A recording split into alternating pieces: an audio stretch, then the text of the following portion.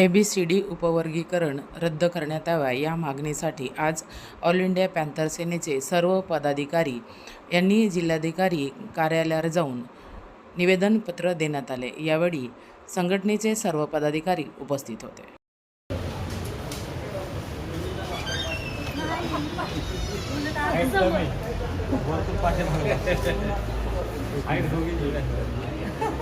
सर्वांना क्रांतिकारी जय भीम।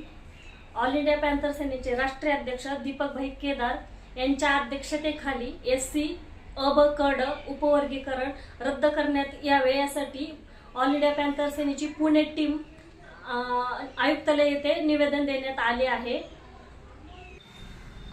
आमची एकच मागणी आहे, SC उपवर्गीकरणाचा निर्णय तात्काळ रद्द करण्यात यावा, अन्यथा लोकशाही पद्धतीने आंदोलन छेडण्यात येईल। ऑल इंडिया पॅन्थर सेना असा इशारा देत आहे।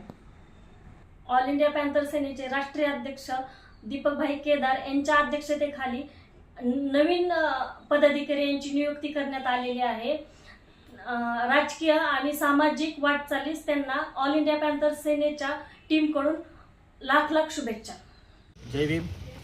आज आम्ही ऑल इंडिया पॅन्थर सेनेच्या वतीने पुणे जिल्हाधिकारी यांना निवेदन देण्यात आलेलं आहे। SC मध्ये उपवर्गीकरणाचा निर्णय तात्काळ रद्द करण्यात यावा या मागणीचं निवेदन घेऊन आज आम्ही ऑल इंडिया पॅन्थर सेनेच्या वतीनं पुणे जिल्हाधिकारी यांना निवेदन देण्यात आलेलं आहे। अनुसूचित जातीमध्ये उपवर्गीकरणाचा घेतलेला निर्णय हा सामाजिक एकतेवर घाव घालणारा आणि संविधानाच्या तत्वाविरोधात आहे।